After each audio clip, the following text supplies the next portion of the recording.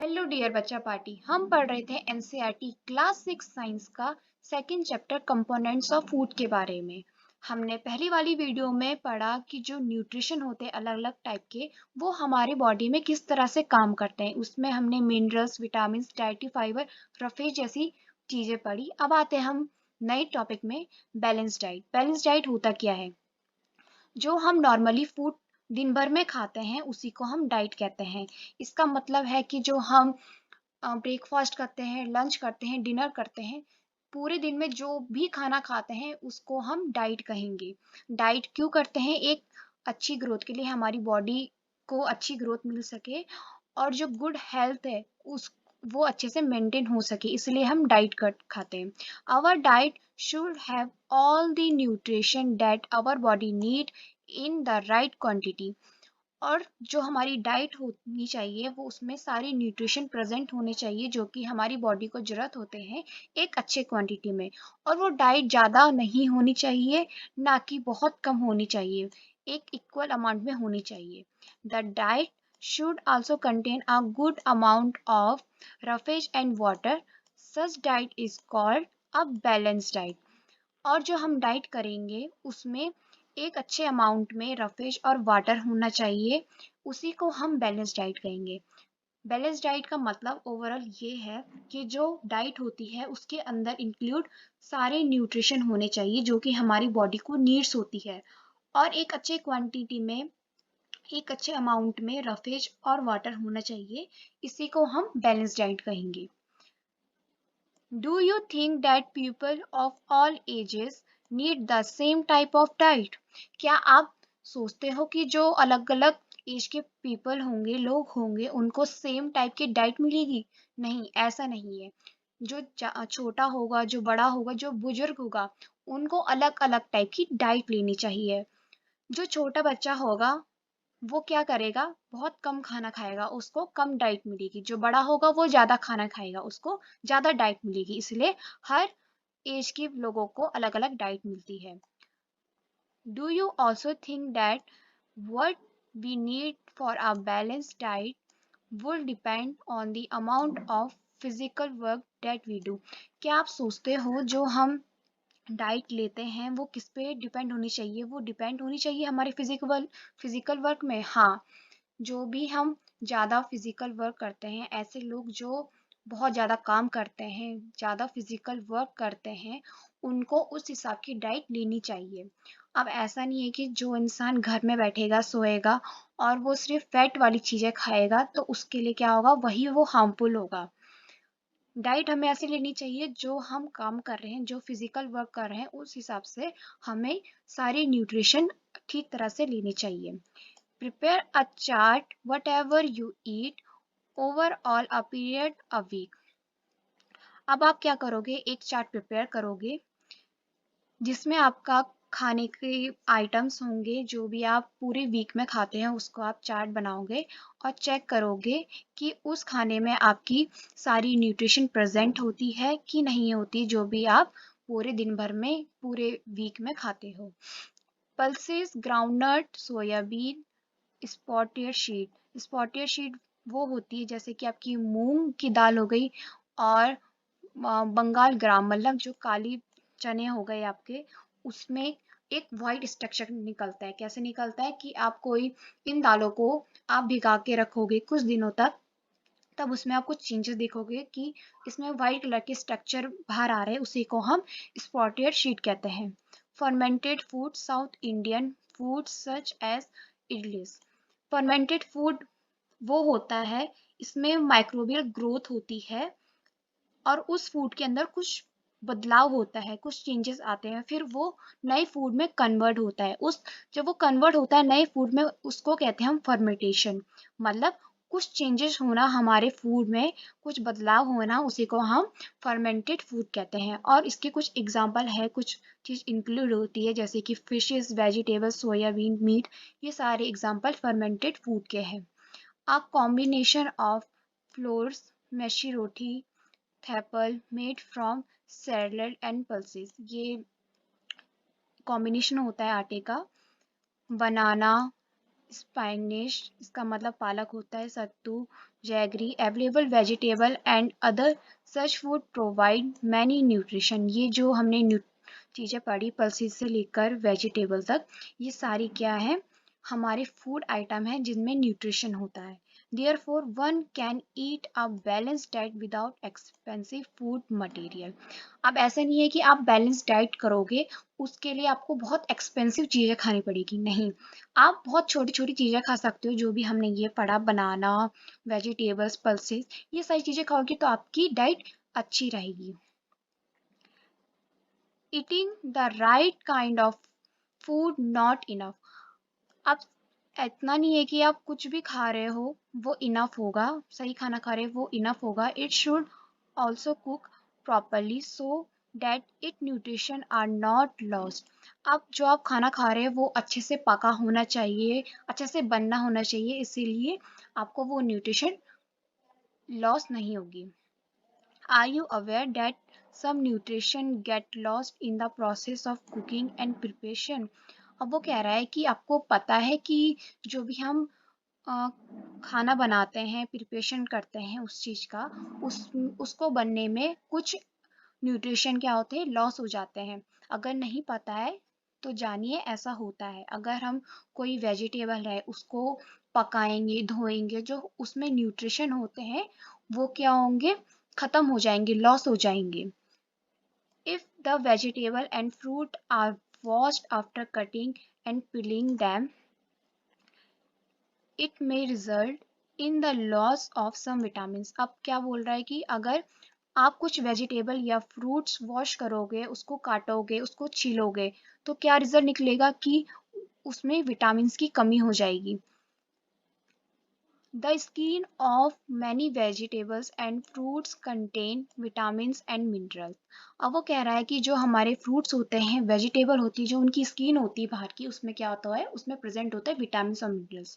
अब कोई वेजिटेबल है, आप उसको वॉश कर रहे हो, या कोई फ्रूट है, आप उसको छील रहे हो, तो उसकी तो पूरी विटामिन्स और मिनरल्स वैसे ही लॉस हो रही है, तो आपकी बॉडी में क्या ही लगेगा। इसलिए जो एप्पल होता है उसको कभी छील के नहीं खाना चाहिए, उसमें मिनरल्स, विटामिन, ये सारी चीजें प्रेजेंट होती है। Similarly, repeated washing a rice and pulses may remove some vitamins and minerals present in them। वैसे ही जब हम राइस को धोते हैं या पल्सेस को धोते हैं तो उसमें उससे क्या हो जाते हैं, विटामिन्स और मिनरल्स पूरे के पूरे रिमूव हो जाते हैं उस वाटर के through. We all know that cooking improves the taste of food and make it easier to digest। हम सबको पता है कि जब हम खाना बनाते हैं तो क्यों बनाते हैं, क्योंकि उस खाने में टेस्ट लाने के लिए और वो इजीली से डाइजेस्ट हो सके। All the same time, cooking also result in the loss of certain nutrition। और उसी टाइम में जब हम खाना बनाते हैं तो ये रिजल्ट आता है कि उसके जो न्यूट्रिशन है वो कम होने लग जाते हैं। Many useful protein and considerable amount of minerals are lost if excessive water is used during cooking and is then thrown away। इसका मतलब है कि कोई भी यूजफुल प्रोटीन या कॉन्स्टेबल अमाउंट का मतलब है इतना अमाउंट जिससे आपको फर्क पड़े। मतलब अगर एग्जांपल लो कि आपकी कोई पेन है, वो खो जाती है तो आपको उससे फर्क तो नहीं पड़ेगा क्योंकि वो दोबारा आ सकती है। पर लेकिन अगर आप कहीं ट्रैवल कर रहे हो और आपका सूट कैसे है, उसमें सामान है, वो बैग खो जाए तो आपको उससे फर्क पड़ेगा। उसी को कहते हैं हम कॉन्स्टेबल अमाउंट, मतलब आपको फर्क पड़ना। अगर आप कोई चीज धो रहे हो, वेजिटेबल को, फ्रूट्स को, तो जो हम पानी में धोंगे, पानी में क्या हो जाएंगे, उसके जो मिनरल्स है, विटामिन है, वो पानी में आ जाएंगे। उस पानी को हम गिराएंगे तो वो सारे विटामिन, मिनरल्स पानी के थ्रू बाहर चले जाएंगे। तो हमें वो यूजफुल प्रोटीन, वो अमाउंट ऑफ मिनरल्स, वो चीजें नहीं मिल पाएगी जो मिलनी चाहिए हमारी बॉडी को। Vitamin C get easily destroy by heat during cooking. और जो विटामिन सी होती है वो बहुत ही जल्दी डिस्ट्रॉय हो जाती है जब हम खाने को पकाते हैं। Would it not be sensible to include some fruit and raw vegetables in our diet? हम क्या करते हैं, हम जब खाना खाते हैं तो हम ज्यादातर फ्रूट्स नहीं खाते हैं, कच्चे खाना नहीं खाते हैं अपनी डाइट में।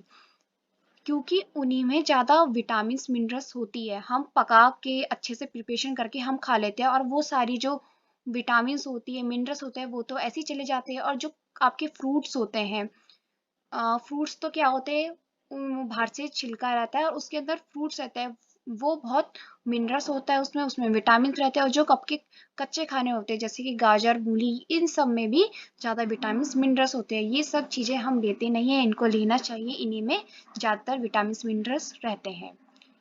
Bujo thought that fat would be the best food to eat all the time. बुजो सोच रहा है कि जो फैट है वो सबसे बेस्ट खाना होता है हर टाइम में।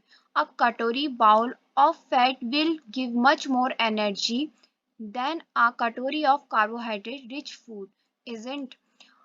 वो कह रहा है कि जो कटोरी होती है, एक अगर कोई खाना है, वो फैट वाला खाना है और एक कटोरी में रख दिया है, उसमें क्या है, बहुत ज्यादा एनर्जी है रेदर देन जो कार्बोहाइड्रेट है उसके बजाय फैट में बहुत ज्यादा एनर्जी है। क्या ये सही है? So he ate nothing but food, food rich in fat, fried food like samosa and puri, snacks, malai, rabdi and sweets. अब वो कह रहा है कि उसने क्या करा, उसने सोचा कि जो फैट है वो उसमें बहुत ज्यादा एनर्जी होती है कार्बोहाइड्रेट से, तो उसने सिर्फ फैट वाली चीजें खानी स्टार्ट कर दी, जैसे कि समोसा हो गया, पूरी हो गई, स्नैक्स हो गए, मलाई हो गई, रबड़ी हो गई और स्वीट्स हो गए। ये सारी चीजें उसने खानी स्टार्ट कर ली। अब ये सही है कि नहीं है, ये आप बताओ। नहीं, नहीं, ये सही नहीं है। क्यों नहीं है? क्योंकि ये हार्मफुल होगा कि वो बहुत ज्यादा फैट वाली चीजें खा रहा है। फैट वाली चीजें खाएगा तो उसको क्या हो जाएगा, ओबेसिटी हो जाएगी। ओबेसिटी मतलब मोटापा। अगर हम ज्यादा ही फैट वाली चीजें खाते रहेंगे, प्रोटीन नहीं खाएंगे, कार्बोहाइड्रेट वाली चीजें नहीं खाएंगे, तो क्या होगा, हम पे मोटापा आने लग जाएगा और वही चीज हमारे लिए हार्मफुल होगी। अब आते हैं हम नेक्स्ट टॉपिक में, डिफिशियंसी डिजीजेस।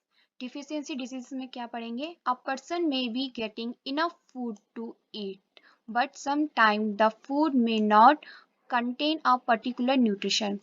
अगर कोई इंसान है, वो खाना खा रहा है, वो खाना ऐसा खा रहा है कि उसका पेट भर जाए, उसके लिए वो उतना ही इनफ होता है, पर लेकिन इतना ही सही नहीं होता है। क्यों क्यों नहीं होता है? अगर हम कोई खाना खा रहे हैं और वो खाने में न्यूट्रिशन ही नहीं है जो चीज हमें चाहिए, तो उस खाने का क्या फायदा होगा?